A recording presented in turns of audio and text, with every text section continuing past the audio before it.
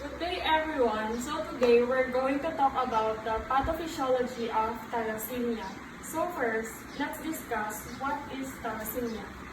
Thalassemia are an inherited group of disorders in which mutations in genes expressing alpha globin or beta globin result in impaired hemoglobin synthesis and microcytic anemia of varying severity.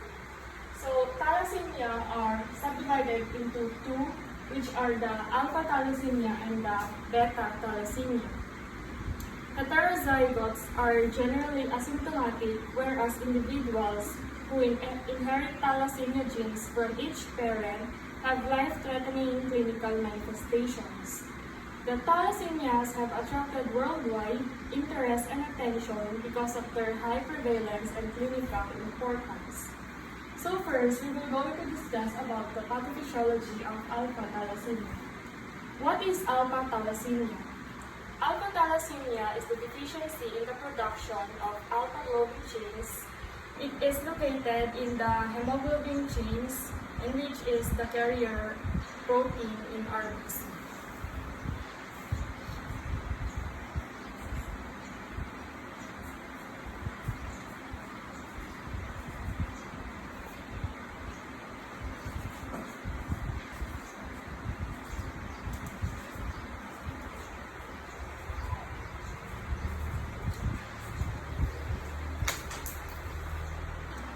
So, alpha globin deficiency, it is caused by mutation in alpha genes, commonly gene deletion.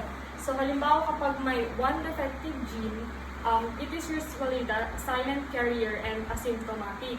Kapag may two defective genes, it is also known as the alpha thalassemia minor, and it is caused by cis deletion, which is common sa mga Asian, and yung trans deletion, which is common sa mga African. And third, yung kapag may three defective gene is caused by excessive beta chain. So, mutation are inherited in an autosomal recessive pattern wherein you need two mutated genes from both parents to get the disease. So, alpha globin deficiency can lead to excessive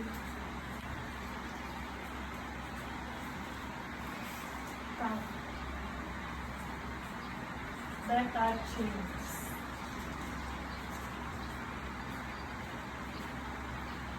So kapag may excessive beta chains, pwede siyang mag-lead into clumping in the developing RBC.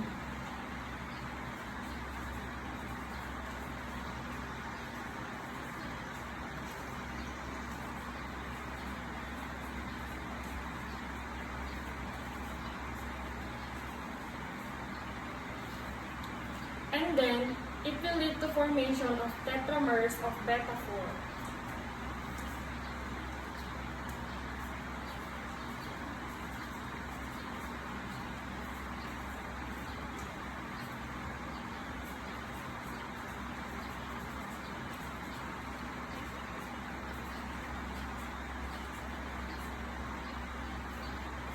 And then, it will give rise to a form of hemoglobin called hemoglobin H, and it can cause hypoxia. And then, it will lead to intercellular inclusion, wherein the RBC membrane are damaged.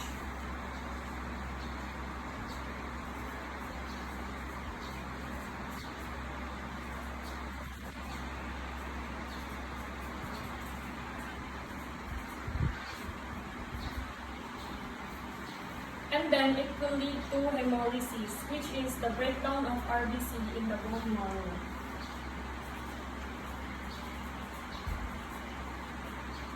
Or it can also lead to extravascular hemolysis, wherein the macrophages destroy the RBC in the skin.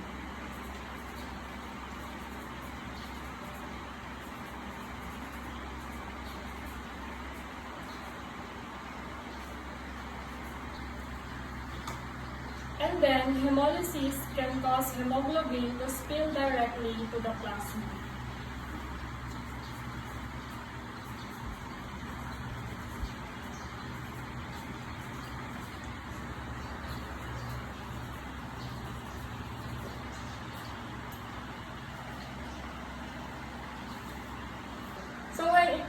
goes directly to the plasma, heme is recycled into iron and unconjugated bilirubin.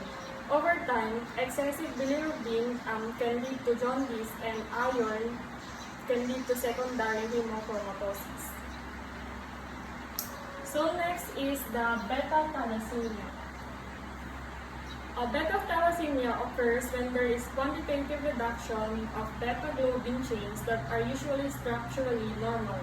They are caused by mutations that nearly all affect the beta globin locus and extremely heterogeneous. Almost every possible defect affecting gene expression at transcription or post-transcriptional level, including translation, have been identified in beta thalassemia. These genetic defects lead to variable reduction in beta globin output ranging from a minimal deficit. So beta thalassemia is the globin deficiency.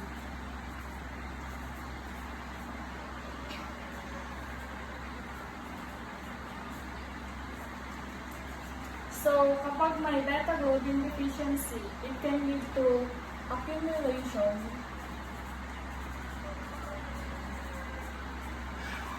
of free alpha chains.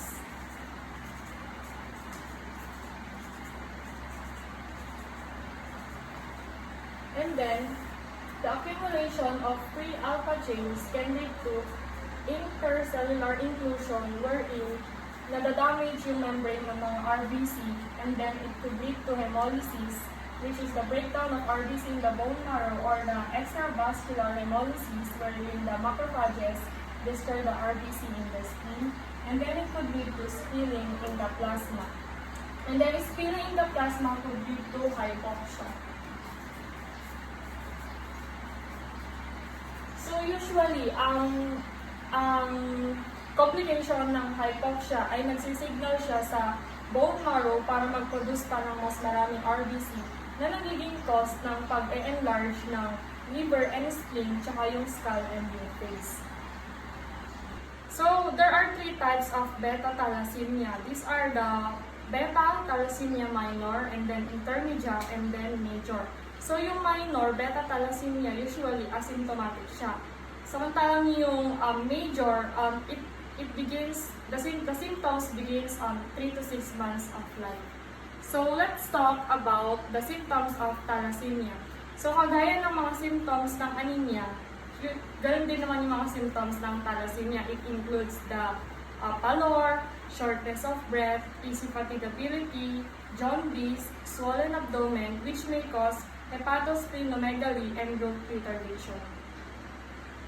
So the predisposing factors of thalassemia are, first, family history. Kung may family history kayo ng thalassemia, kagaya ng sinabi ko kanina, it is an inherited condition. And then second, certain ancestry. So thalassemia is common sa mga African American, Mediterranean, at saka sa mga Southeast Asian. So the diagnosis of thalassemia usually begins at the blood test, wherein there's a low hemoglobin count and low mean corpuscular value or MCV and high RBC distribution width, and blood smear can also be done. Doctors use 3 standard treatments for thalassemia for moderate and severe forms of thalassemia. These 3 treatments includes the blood transfusion, the iron chelation, and the folic acid supplements. Other treatments have been developed or being tested, but they're used much less often. So that is all about thalassemia. I hope you enjoyed watching and learned something. Thank you.